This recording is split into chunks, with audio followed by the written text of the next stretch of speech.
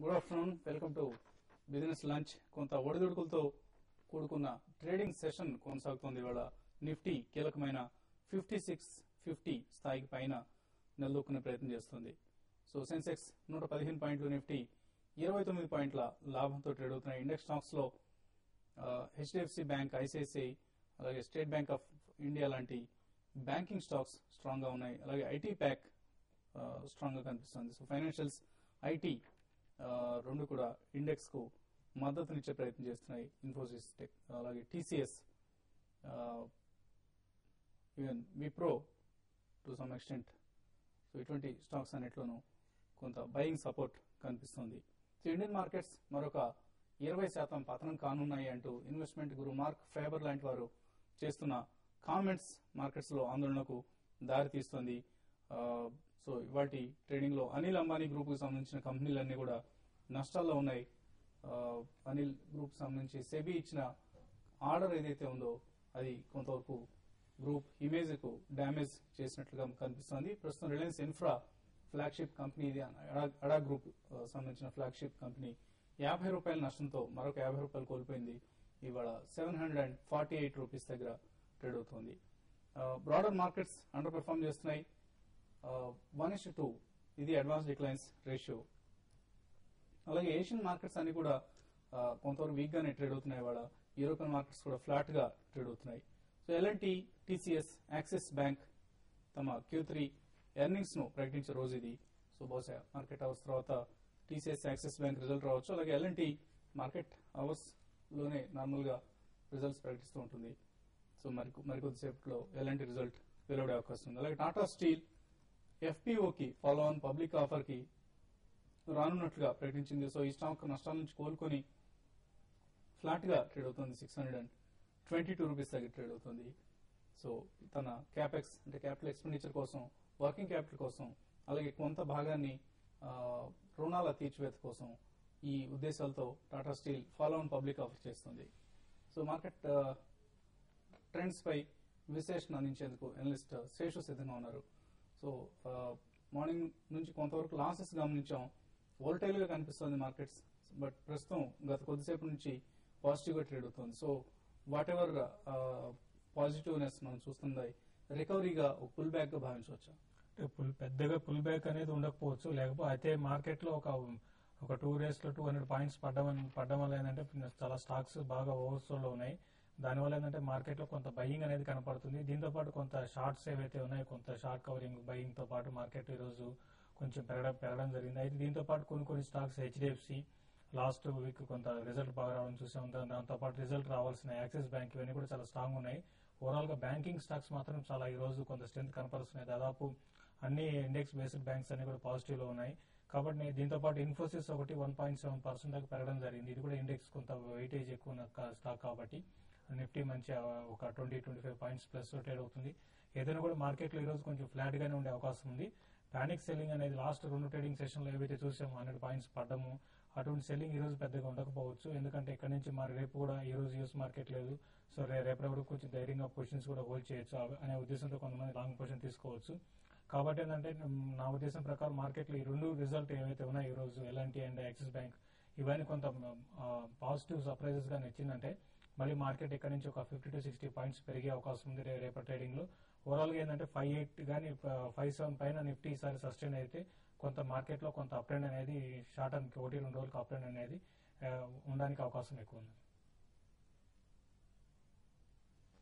So JP associates, Hero Honda, Sterlite, Sesa Goa ఇవి నష్టాల్లో trade అవుతుంటే Tata coffee, SBI, Reliance infra, Reliance industries, Tata steel, HDFC, LNT, Tata motors ఇవన్నీ active గా trade అవుతున్న stocks list లో ఉన్నాయి. మిడ్ క్యాప్స్ లో BOC India, KSK energy, Glodyne techno ఇవి లాభాలు ఉన్నాయి. Jindal poly, Glenmark, ILFS transport, shopper stop, Thermax ఇవన్నీ నష్టాల్లో ఉన్న స్టాక్స్ గా చెప్పుకోవచ్చు. శ్రీనివాస్ గుంటూరు నుంచి ఒక కాలర్ లైన్ ఉన్నారు. Srinivas sir.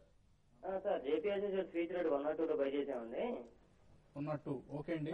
Next Jupiter bioscience వచ్చేటప్పటికి 68 లో ఉన్నాయి నాకు 1000 షేర్స్.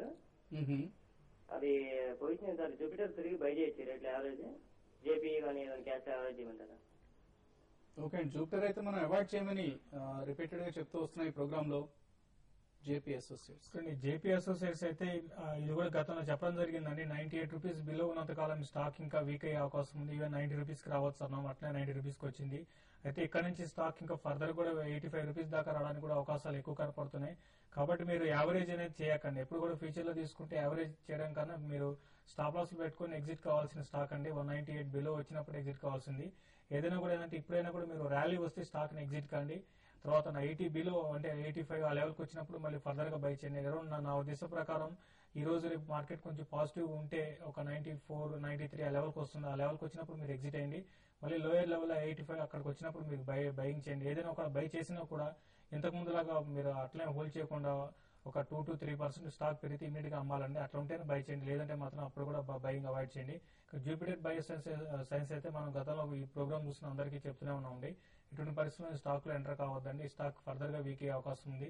న్యూ లోస్ వస్తూ ఇంకా స్టాక్ వచ్చే కొద్ది రోజుల్లో ఫర్దర్ గా వీక్ అయ్యే అవకాశం ఎక్కువ కనపడుతుంది. కాబట్టి మీరు బై చేయకండి, యావరేజ్ మాత్రం చేయకండి. ఉన్న పొజిషన్ ని ఏమాత్రం కొంచెం పెరిగితే ఉన్న పొజిషన్ ఎగ్జిట్ కావడానికి ప్రయత్నం చేయండి. నెక్స్ట్ కాలర్ కళ్యాణి ఢిల్లీ నుంచి లైన్ ఉన్నారు. కళ్యాణి గారు గుడ్ ఆఫ్టర్నూన్ అండి. Good afternoon. చంపల్ ఫెర్టిలైజర్స్ నేను ఫ్యూచర్స్ లో తీసుకున్నానండి. 91 లో హోటల్ ఈలా 49 లో తీసుకున్నాను. నేను బడ్జెట్ దాకా కూడా అవ్వగలను. నా రేట్ వస్తుందా? సో షార్ట్ టర్మ్ ఇన్వెస్ట్మెంట్ కోసం చంబల్ ఫెర్టిలైజర్స్ హోటల్ లీలా చంబల్ ఫెర్టిలైజర్స్ అందులో ఉంది 91 లో బై చేశారు. చంబల్ ఫెర్టిలైజర్స్ అయితే మీకు బడ్జెట్ వరకు 90, 85 ఆ లెవెల్స్ రావడానికి అవకాశం ఉందండి. అయితే ఇప్పుడు బ్యాన్ పీరియడ్ లో ఉంది. స్టాక్ లో పెద్ద ఎవరైతే హోల్డ్ చేస్తున్నారో వాళ్ళే ఫ్యూచర్ లో తీసుకొని హోల్డ్ చేయాల్సి ఉంటుంది. కొత్తగా బయింగ్ అయితే ఛాన్స్ లేదు. కాబట్టి అనేది స్టాక్ లో పెద్ద అప్ మూవ్ అనేది ఉండకపోవచ్చు. 78 అనేది దీనికి కొంత ఇమీడియట్ రెసిస్టెన్స్ కనపడుతుంది. అది దాటిందంటే మళ్ళీ మీకు 85 to 88 లెవెల్స్ ఆ లెవెల్ వరకు రావచ్చు. కాబట్టి మీరు డౌన్ సైడ్ చూసుకుంటే 70 ఆ లెవెల్కి వచ్చినప్పుడు మీరు ఇంకొక లాట్ కూడా బై చేయండి. రెండు కూడా మీరు ఫ్యూచర్ లో 85 ఆ లెవెల్కి వచ్చినప్పుడు అమ్మండి. దీనికన్నా పాజిటివ్ ఏంటంటే బడ్జెట్ ఉంది, బడ్జెట్ ముందు కొంచెం పెరుగుతాయి, అదొకటి తప్ప. టెక్నికల్ గా వీక్ ఉంది, మార్కెట్స్ ఇంకా ఫర్దర్ గా వీక్ అయ్యే అవకాశం ఎక్కువ ఉందండి. తర్వాత హోటల్ లీలా విషయానికి వస్తే హోటల్ లీలా కూడా పెరిగే అవకాశం పెద్ద కనపడలేదండి. ఇది ఫ్యూచర్స్ లో బై చేసి హోల్డ్ చేసుకునే మార్కెట్ అయితే కాదు. కాబట్టి మీరు ఏమాత్రం కొంచెం ర్యాలీ వస్తే ర్యాలీలో ఎగ్జిట్ కావడానికి ప్రయత్నించండి. ఇప్పట్లో ఈ స్టాక్ అయితే పెద్దగా అప్మూవ్ అయితే కంప్లీట్ గా అయిపోయిందని చెప్పాలండి. ఓకే అండి, గుంటూరు నుంచి రాజు లైన్ లో ఉన్న నెక్స్ట్ కాలర్. రాజు గారు నాకు వచ్చేసి ఎలక్ట్రో స్టీల్ క్యాస్టింగ్స్ లో ఉన్నాయండి షేర్స్. దాని ప్రోగ్రెస్ ఎలా ఉందండి? ఏ ప్రైస్ లో కొన్నారండి? అది 70 మీద కొన్నానండి. 70 రూపీస్ లో బై చేశారు electro steel castings. Electro steel casting అయితే ఇప్పుడు దాదాపు మీకు సగానికి సగం దాకా అయిపోయిందండి స్టాక్ అయితే. దీని ఫండమెంటల్స్ అంత అంటే నెగిటివ్ లేకపోయినా కూడా స్టాక్ అయితే కొంత వీక్ గానే ఉందని చెప్పాలి. కాబట్టి షార్ట్ టర్మ్ కి అయితే స్టాక్ ను హోల్డ్ చేసుకోండి. మరీ మీది పెద్దగా ఇప్పుడు 45 to 48 రూపీస్ దాకా ఒకవేళ పెరిగితే అంత ఆ లెవెల్ వరకు వెళ్తుంది. అంతకు మించి మీకు 70 రూపీస్ పెరిగే అవకాశం అయితే కనపడలేదు. ఫ్యూచర్ లో స్టాక్ ఫర్దర్ గా వీక్ అయ్యి అరౌండ్ 30-32 లెవెల్స్ వచ్చే అవకాశం ఉందండి.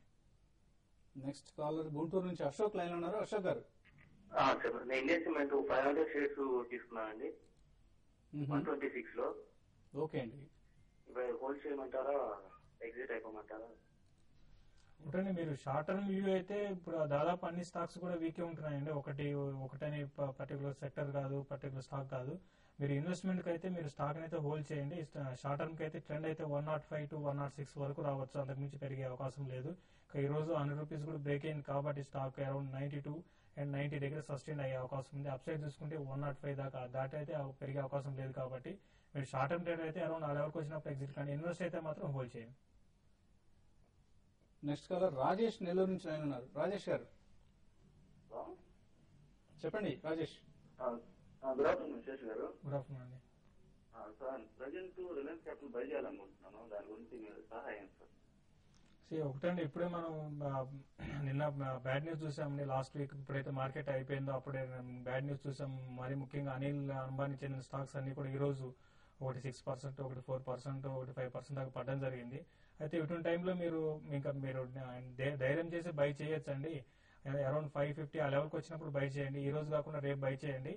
అది కూడా మీరు షార్ప్ ఎగ్జిట్ అయితే బై చేయండి.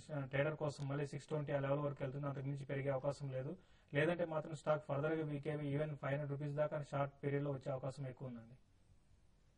నెక్స్ట్ కాలర్ శ్రీనివాస్ హైదరాబాద్ నుంచి లైన్ ఉన్నారు. శ్రీనివాస్ గారు చెప్పండి. చెప్పండి శ్రీనివాస్ హలో. గారు. నా దగ్గర ఇన్ఫోటెక్ ఎంటర్ప్రైజెస్ లిమిటెడ్ ఉన్నాయండి. అంటే నాకు ఇది మా ఆఫీస్ ద్వారా ఇచ్చారు 125 దగ్గర. మీరు ఇన్ఫోటెక్ లో జాబ్ చేస్తున్నారా? అవునండి. ఓకే అండి. ఇప్పుడు లాంగ్ టర్మ్ ఉంచుకోమంటారా తీసేయమంటారా చెప్తారు? ఉంచుకోండి. ప్రస్తుతానికి మీరు ఇన్ఫోటెక్ అట్లీస్ట్ 1 to 1.5 year ఉంచుకుంటే డెఫినెట్ గా మీకు మంచి రిటర్న్ వస్తుందండి. ఇన్ఫోటెక్ ఎంటర్ప్రైజ్ లో కంపెనీ కూడా టర్న్ అరౌండ్ పెర్ఫార్మెన్స్ ను కనపరుస్తుంది and one of the best governed best managed companies in the country. ఒకటండి, మీరు ఆల్రెడీ ఇన్ఫోటెక్ లో చేస్తుంటారు కాబట్టి ఈ కంపెనీ గురించి మీకు బాగా తెలుసుంటుందండి, చెప్పనవసరం లేదు. ఇంకా ఇప్పుడు మన ఏపీ చెందిన మా ఐటీ కంపెనీ ఏది మంచి కంపెనీ అంటే ఇన్ఫోటెక్. ఒకప్పుడు సత్యం అని చెప్పేవాళ్ళు, ఇప్పుడు ఇన్ఫోటెక్ అని చెప్పుకోవచ్చు. కాబట్టి స్టాక్ అయితే హోల్డ్ చేయండి. అయితే లాస్ట్ కొన్ని రోజులు స్టాక్ లో పెద్ద అప్ మూవ్ లేదు.